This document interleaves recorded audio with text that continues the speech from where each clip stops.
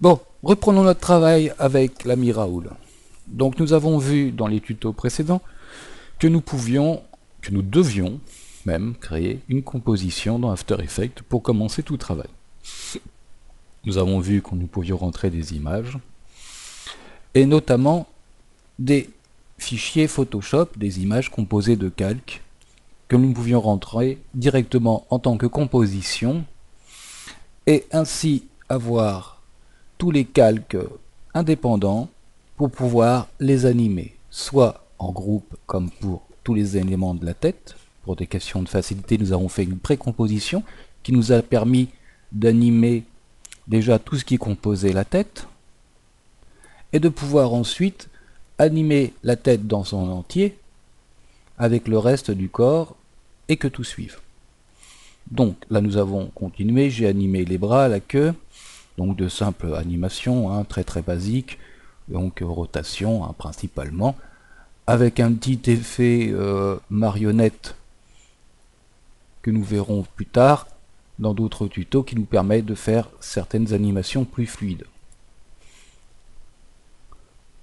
Ok. Nous avons vu également que la couleur de fond n'était là que pour travailler. J'avais pris ici du rose pour mieux voir les éléments un peu sombres. Je peux aussi ne pas avoir de couleur de fond dans mon écran de travail. Raoul est animé. Raoul est dans une composition entièrement finalisée. Mais nous allons en profiter pour l'intégrer dans une composition en 3D, une sorte de paysage très basique, dans lequel il va pouvoir se déplacer, et dans lequel plus tard, dans un autre tuto, où nous pourrons mettre des caméras et circuler dans un paysage en 3 dimensions, c'est-à-dire un déplacement dans la verticalité, un déplacement dans l'horizontalité et un déplacement dans la profondeur. Eh bien, commençons. Donc, je vais garder pour l'instant de côté mon calque Raoul. Je peux même, vous voyez, les fermer. Ici. Je peux retrouver mon espace de travail. Ici, nous avons tous les espaces de travail et d'autres choses.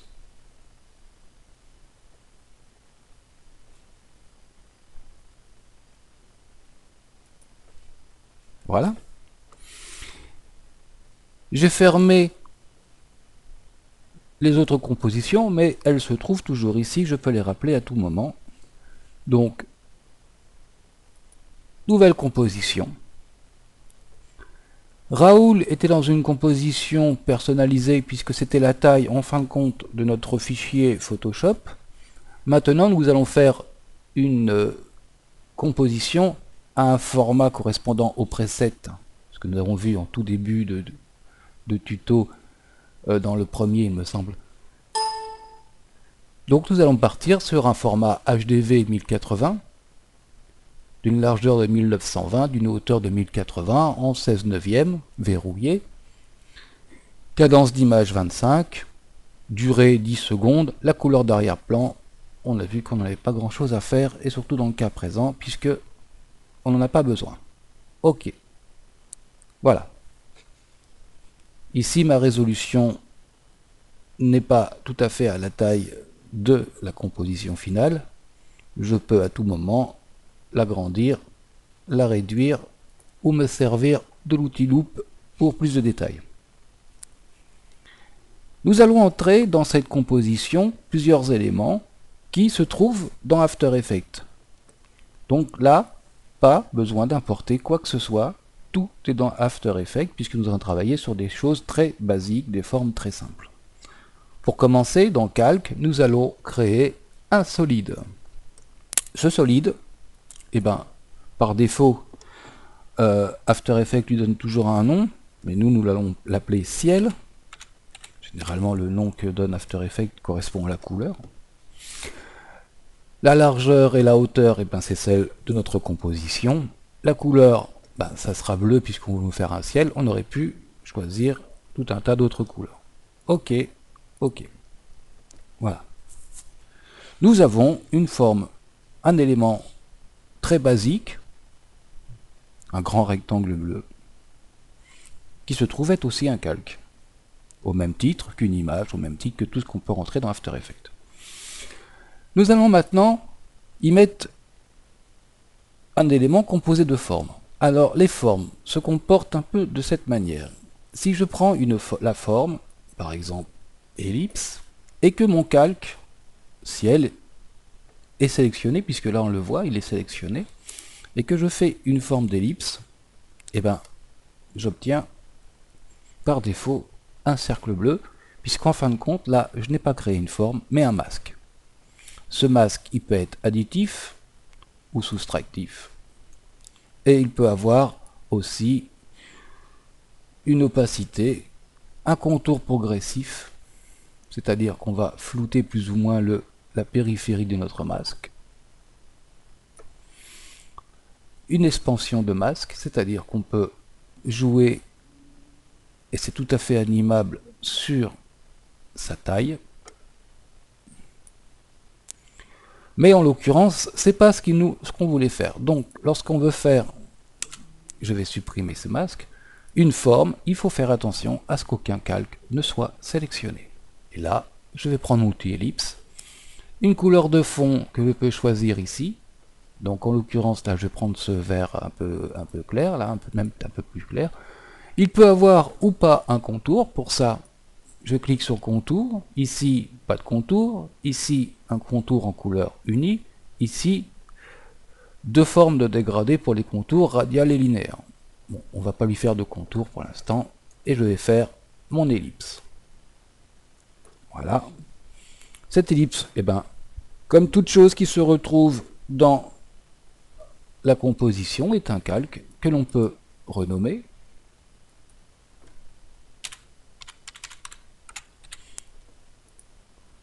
Que l'on peut transformer. Donc le remplissage, vous voyez ici, la couleur de fond, je peux la changer. L'opacité. Et bien d'autres choses. Et toujours les animations classiques, basiques, le point d'ancrage, la position, l'échelle, la rotation, l'opacité. Je vais cliquer sur ma forme, je peux, voilà, un petit peu la modifier. Je vais la placer ici.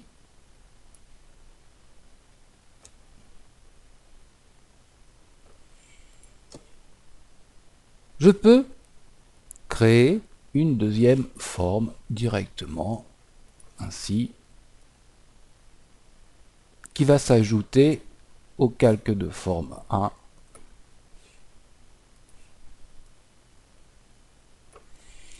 Et en créer une troisième.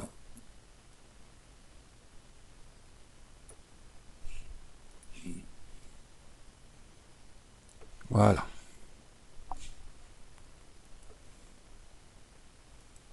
Et j'ai créé très basiquement, très simplement, voilà, un plan vallonné. Je vais recréer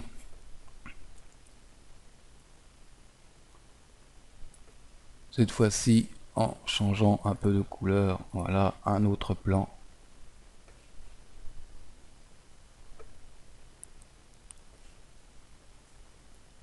Reprendre encore l'outil ellipse.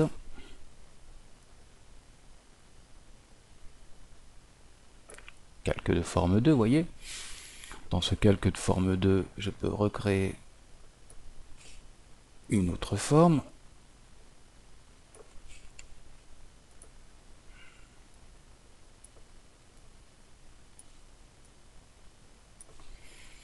Et une dernière ellipse, voilà.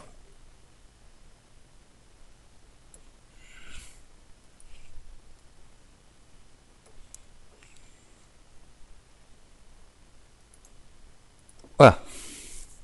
Très basique.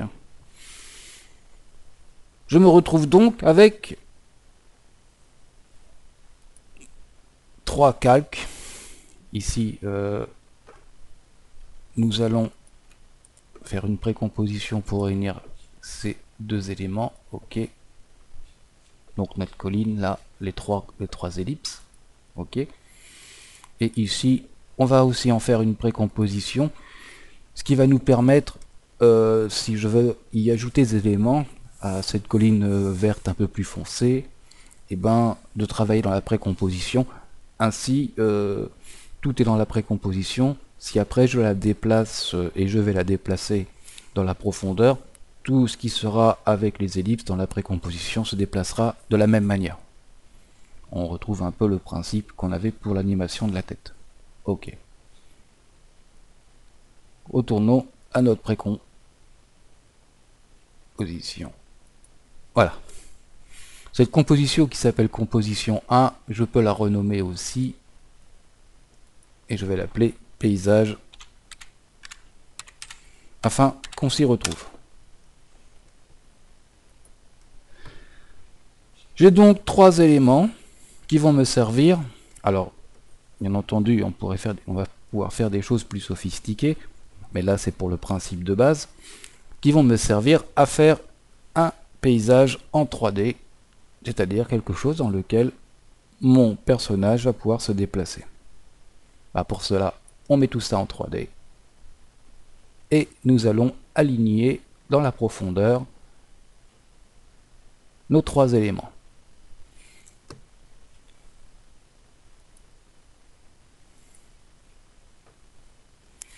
Nous allons donc jouer sur les positions de chacun de ces éléments.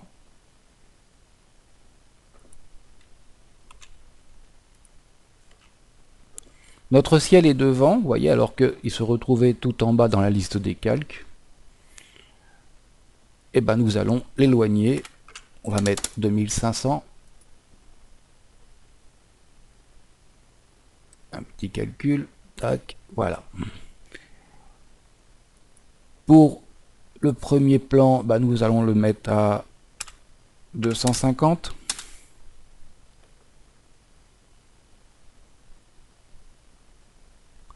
Et pour le calque de forme 2, nous allons le mettre à 900. Voilà. Si nous regardons dans la vue personnalisée, voilà, nous avons 3 plans. Nous avons créé une profondeur. Premier plan, deuxième plan, arrière-plan. On aurait pu en mettre encore davantage d'éléments et complexifier un petit peu notre paysage. Ici, nous sommes sur la technique, donc on reste sur du basique. Hein. Voilà, caméra active. Le fait d'avoir positionné nos calques dans la profondeur a changé apparemment leur taille. En fait, c'est pas tout à fait ça. C'est qu'on les voit de plus loin que ce qui c'était au départ, donc on les voit plus petits. Mais il faut quand même qu'ils remplissent notre composition. Donc nous allons jouer avec les échelles et nous allons agrandir le ciel. Nous allons aussi jouer sur l'échelle du premier plan.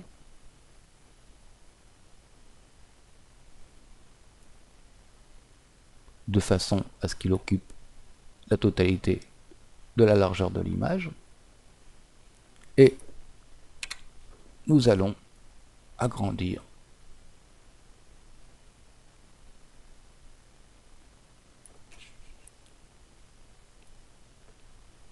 le deuxième plan.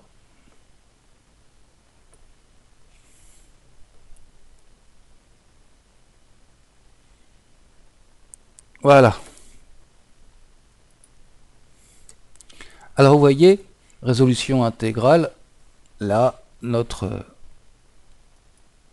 l'ordinateur met un petit peu plus de temps à calculer toutes ces choses.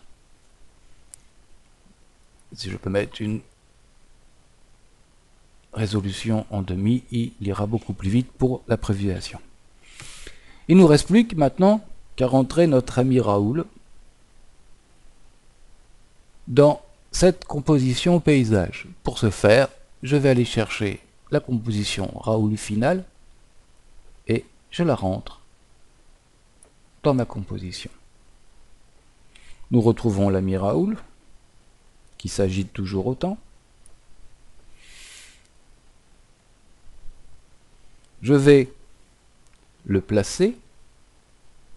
Voilà. Et je vais le mettre également en 3D. Ainsi, il aura une position dans l'espace, dans la profondeur.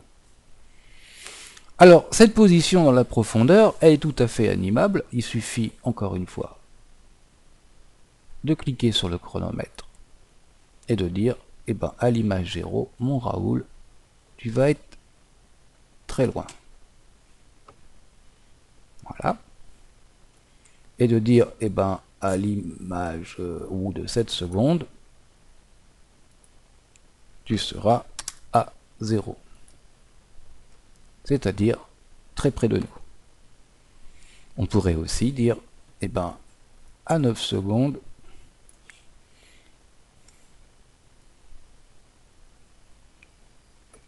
tu te rapproches, et même tu peux disparaître carrément. Voilà. Si je regarde, on va mettre en intégrale, nous avons un mouvement. Alors, le temps que monsieur calcule,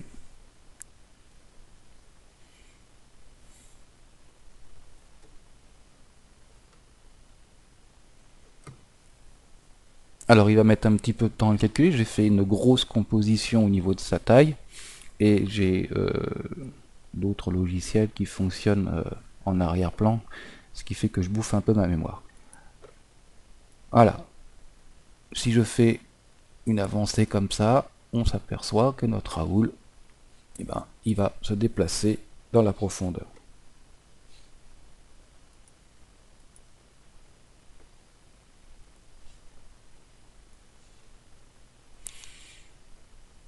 Ici, nous voyons la ligne de déplacement de Raoul. Vous voyez qu'ici, nous avons des poignées et que nous pouvons jouer un peu comme avec l'outil plume à avoir quelque chose de beaucoup moins linéaire.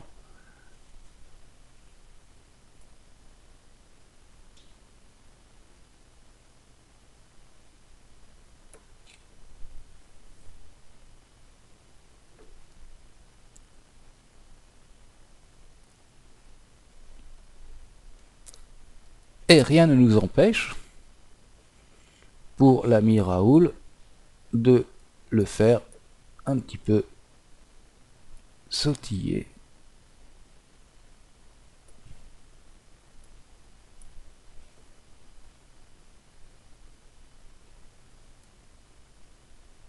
Voilà.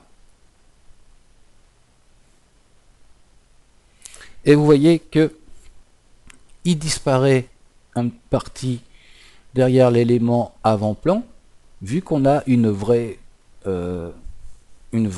profondeur. Donc ce calque ici, calque de forme 1, est devant Raoul, même si Raoul se trouve dans l'ordre des calques, tout en tête dans la liste de la composition. Continuons, nous allons le faire sauter, tac.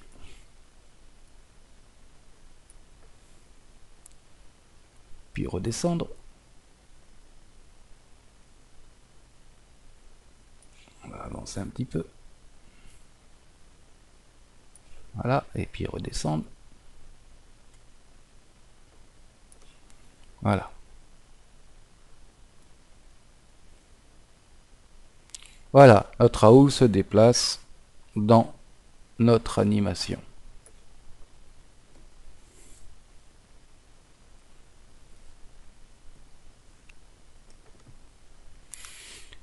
Voilà, nous irons un peu plus loin dans le prochain tutoriel. Nous allons améliorer ce paysage et nous allons utiliser la caméra.